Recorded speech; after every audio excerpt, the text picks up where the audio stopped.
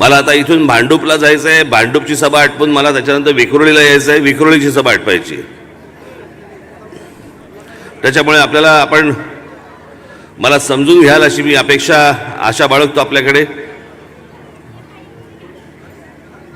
मी एक 10 मिनिटात 15 मिनिटात मी इथून मला निघायचं आहे, कारण मला परत अजून ट्रॅफिक लागणार, मला अजून परत या सगळ्या गोष्टीतनं मला जावं लागणार. पण आमचा महेंद्र भानुशालीला तुम्ही निवडून दिल्यानंतर मी इथे जाहीर सभा आपल्यासाठी नक्की देईन, हे माझा शब्द आहे आपल्याला.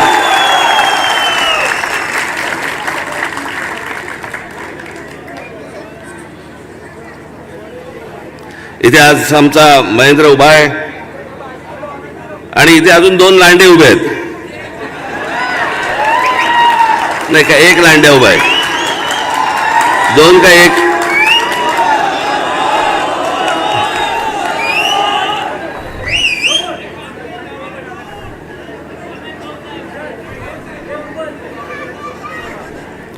त्यातला एक तर गद्दार.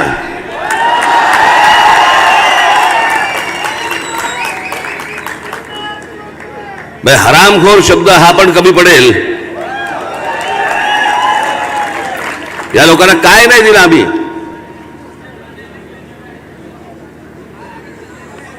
नगरसेवक झाले, महानगरपालिकेमध्ये स्टँडिंग कमिटीमध्ये बसले, 4-4 वर्ष बसले. बाकीच्याला संधी द्यायला पाहिजे म्हणून बाजूला केल्यावरती हा माणूस शिवसेनेकडे विकला गेला.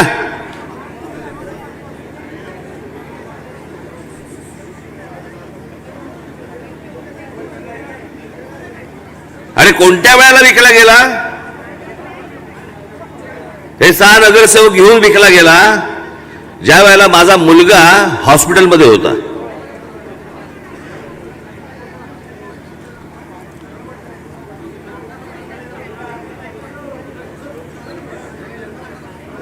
मी त्यावेळेला त्या सगळ्या अख्ख्या गोष्टीतनं जात होतो आणि त्यावेळेला हा माणूस पैसे घेऊन हा लांड्या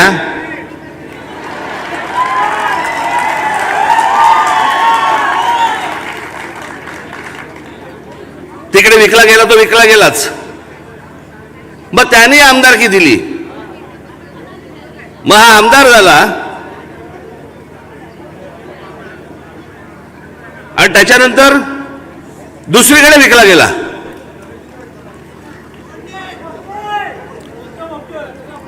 म्हणजे मला सांगा, इथून तिथे विकला जातो, तिथून हा इथे विकला जातो. हे असले विकले जाणारी लोक तुम्हाला हवी आहेत? कोण विश्वास ठेवेल यांच्यावरती?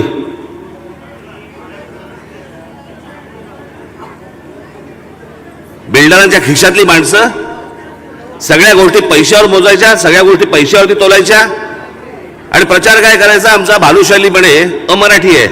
अरे मराठी माणसासाठी झगडणारा अमराठी आहे. पण तो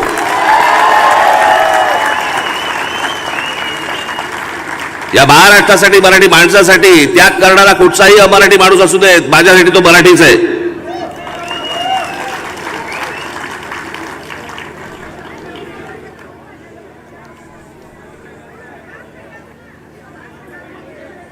ही असली नाराज माणसं ही उभी पण करता कामा नयेत तुम्ही.